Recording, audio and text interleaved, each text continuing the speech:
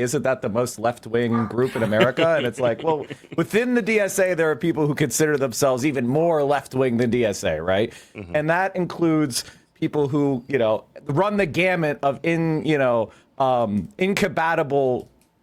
forms of leftism. So you have anarchists, and you have Maoists, and you have, Marxist-Leninists, and you've got Trotskyists. And so while this is a relatively small percentage of the overall DSA membership, they still have organized what we call caucuses, which are different factions within the DSA.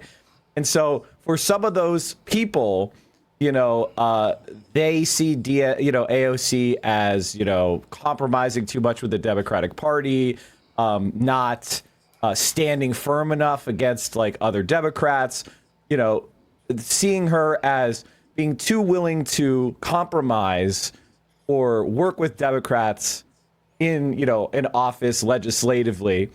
And, then there's the vast majority of DSA members, probably somewhere in the round, if you were to ask me, 80 to 85% of DSA members who were supportive of her running for president. And there is, there's a tension there.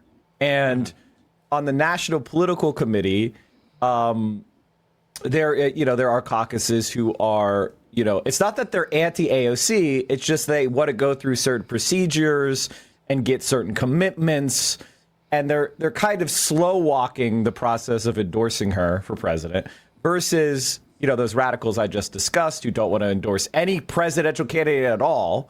Mm-hmm. And then you have people who are very eager and they want to get on the AOC train, in the first car. They want to be the first, organization behind her in order to build her campaign, in concert with DSA and have DSA at the heart of it. So those are the various competing factions. And I tried my best, in the article with Jay Ryder to accurately represent everybody's position.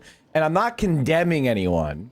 Yeah. I just have, my own perspective on this, which I think has been informed by, the most recent electoral victories in Denver and Philadelphia, and especially New York City, which is DSA is massively growing in popularity. In fact, we were probably under-ambitious this year.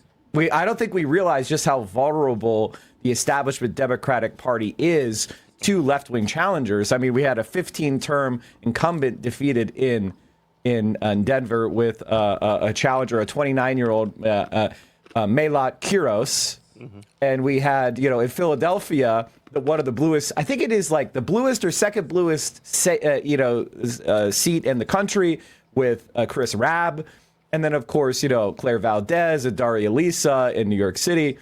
We're seeing massive, massive opportunity for challenges from the left, which is basically unprecedented in American history. Mm-hmm. And those electoral victories are putting the fear of God into the establishment Democrats. But also, and this is what's important for me, we've seen DSA double in size in the last year as far as paid members. And, the attention that DSA is getting from the larger sympathetic population is growing and growing and growing. And I think you can draw a line of causality there between the two. And so I've tried to encourage the people that have been in DSA for a while to see that opportunity and seize it in order to massively grow our movement while, the thermostatic effects are positive for us. So I'm happy to unpack any of that I just said. Yeah. It's just, I see a once in a lifetime opportunity for those of us on the left to seize, both state power and institutional and social power. And we should seize it by supporting our most prominent member, AOC, in her bid for the White House.